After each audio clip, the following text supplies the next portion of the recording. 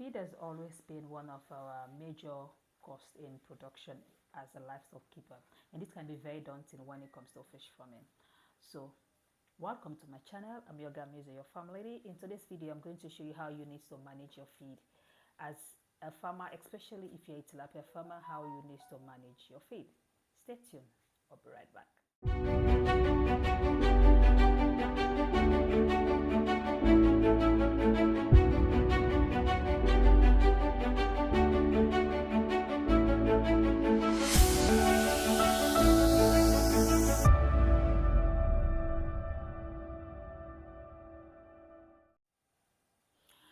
So now let's dive in straight. So how can you manage your feed as a fish farmer?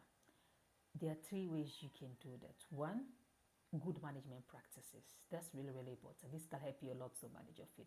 Then secondly, good feeding practices. And thirdly, you can use animal waste and a fertilizer to increase the growth of algae in your pond, especially if you are doing tilapia farming, because tilapia can survive on green water.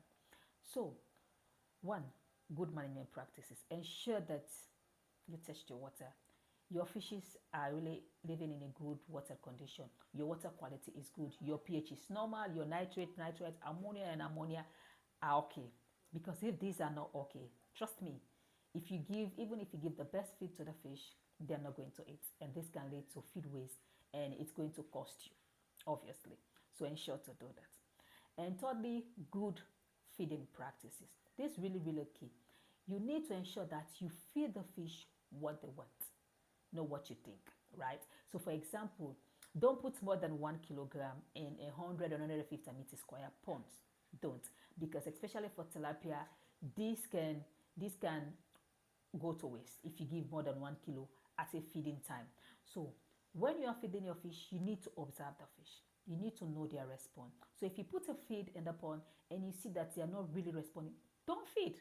That tells you that the fish are not really kind of okay, or maybe there's a weather issue, or maybe something is wrong. Then you try again.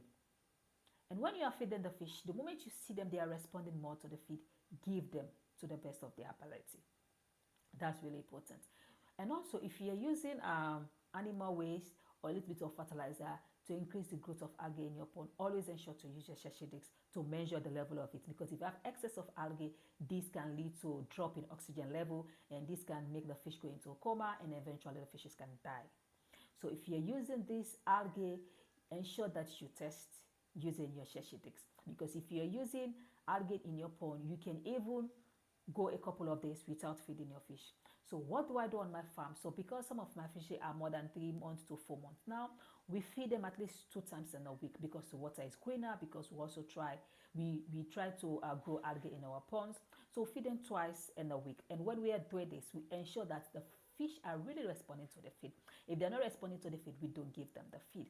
So with this, you can reduce, if you are growing algae in your pond, you can reduce your feed up to like 70%.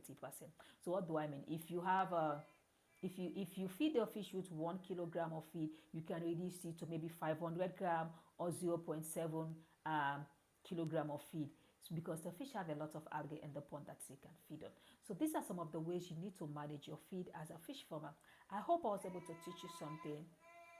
I hope you learned something. If you have any other ways or any other trick you think we can use as a fish farmer to reduce the cost of feed in our production, please write it in the comment section.